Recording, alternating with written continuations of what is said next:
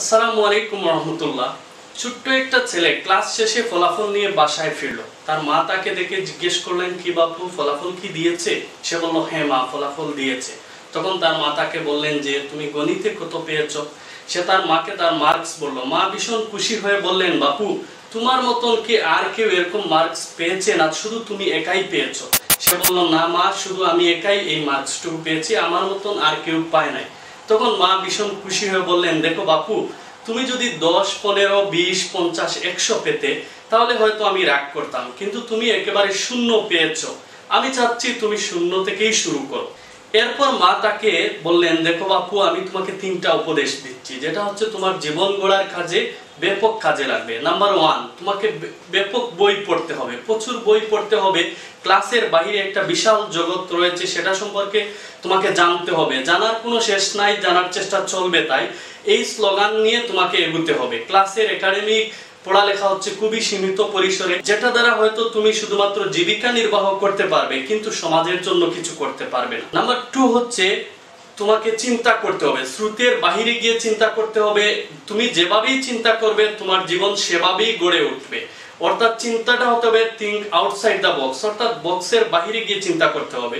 স্বপ্ন দেখতে হবে, অনেক বড় স্বপ্ন, যে স্বপ্নটা নিজের কাছেও অসম্ভব লাগে। নাম্বার 3, জীবনে এমন কাজ করবে যেটা আর কেউ করছে না। অর্থাৎ গতানুগতিক ক্যারিয়ার গঠনের জন্য গতানুগতিক অনেক পন্থা রয়েছে, সেটার বাহিরে গিয়ে সম্পূর্ণ নতুন একটা পথ আবিষ্কার করে সে পথ দিয়ে তুমি তোমার ক্যারিয়ার গঠন করবে। 1963 সালে 8 বছরের বিল গেটস যখন ফলাফল নিয়ে তার মায়ের কাছে আসছেন, তখন তার মা এই 3টা উপদেশ দিয়েছেন। এখানে তা বিল গেটসকে হাইলাইট করা মূল উদ্দেশ্য না, হাইলাইট করছি তার মায়ের 3টা উপদেশ, স্পেশালি বই পড়া। ভিউয়ার্স, এই দেখেন একটা বই, বইটা লিখেছেন ডক্টর রাগিব সারজানি। বইয়ের নাম হচ্ছে মুসলিম জাতি বিশ্বকে কি দিয়েছে। এরকম 4টা খণ্ডে উনি অনেক গবেষণা করে, অনেক গ্রন্থ কালেক্ট করে, কয়েক বছর যাবত গবেষণা করে এরকম একটা বই লিখেছেন, যেটা হচ্ছে 4টা খণ্ডে সর্বোচ্চ 1000 পৃষ্ঠা হবে। এই দেখেন একটা বই আমার জীবনকে পাল্টে দেওয়ার জন্য এই কয়েকটা বই যথেষ্ট। আমি যদি এতটুকু বলি, একজন লেখক তার জীবনের পুরো জীবনটা বের করে, পুরো জীবনের একটা বড় অংশ বের করে বইটা লিখেছেন, এই একটা বই।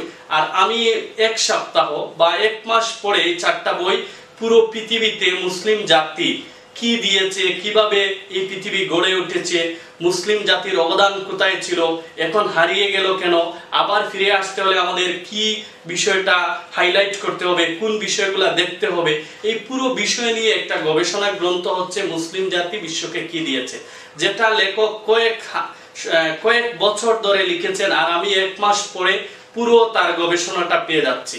একটা বইয়ের এটা একটা ম্যাজিক।